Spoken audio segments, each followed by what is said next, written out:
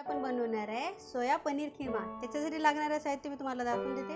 हे बघू शकता, आपण तेजपत्ता घेतलेला आहे, लसूण आहे, टमाटर घेतलं आहे, कांदा आहे, मिरची आहे, पनीर आहे। हे पनीर आपण किसून घेतलेले आहे आणि बघा सोयाबीन आपण बारीक करून घेतलेले आहे। ते आपल्याला ना सोयाबीन भिजवायची काही गरज नाही आहे, आपण फक्त असं जाडसर मिक्सरला लावून घेतलेलं आहे। चला तर मग आता आपण पनीर सोया खिमा बनवायला सुरुवात करूया।